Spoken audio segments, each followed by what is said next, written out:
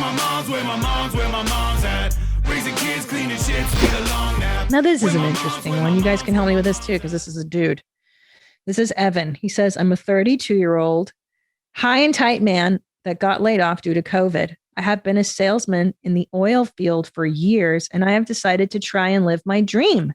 Nothing huge. I want to join the fire department.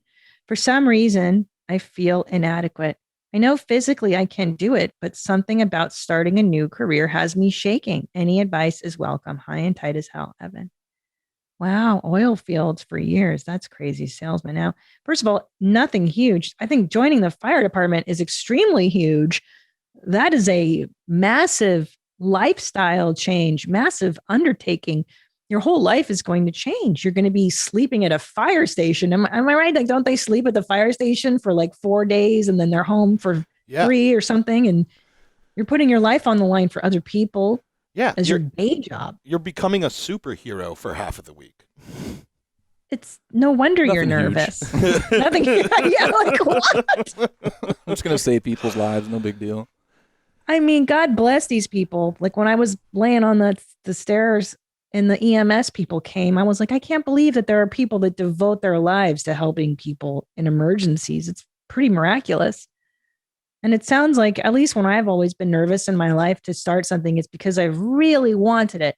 When you really, really, really, really want it to work, and it has to work, right? And that's when you get really, really nervous and scared, and you go, I can't do it. I'm not good enough, and da da da da da. But I think anybody that you admire and you look at and they've done it at one time, they were just like you. Always remember that. That Warren Buffett at one time was not Warren Buffett. He was just some kid in Omaha, Nebraska.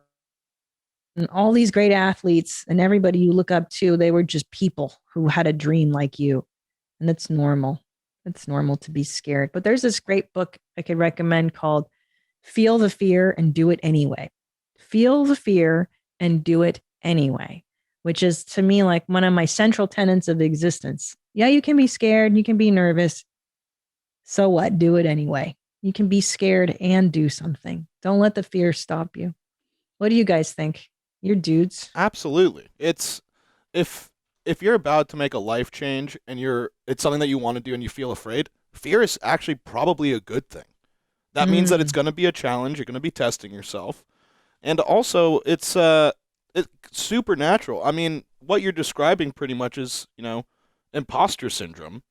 Who doesn't have that? Yeah, one? It's like I don't want to meet the person that doesn't have it. It's and if you think that you can physically you can do the job, and if the team that you join knows that you're new to this, I mean, just be honest with yourself, be honest with your teammates, and just take it one day at a time. I mean, that's really the only way to achieve your shit. Is don't look at big picture stuff. Just look at smaller windows, and then goals become way more achievable. Right, much like your hero in Drumline. He shows up. Mm-hmm. He's got the chutzpah. He's got the talent. He knows he can do it.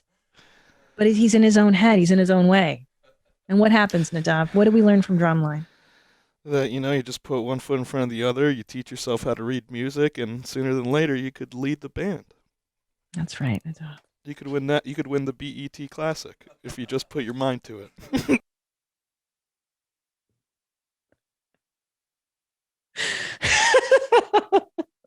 Everything is back to Drumline. All roads lead to Drumline. Yeah. You know this. You nailed that one, Gene. Kenny, what about you? What do you think? You're a confident guy.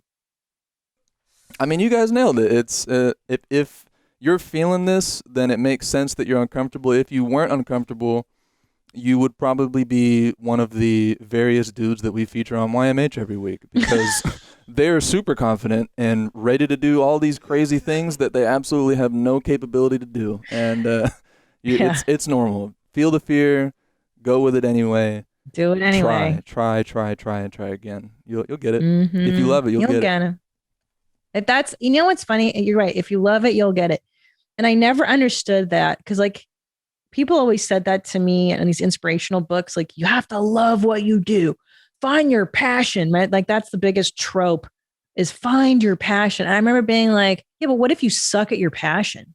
Or like, what if you don't know what your passion is?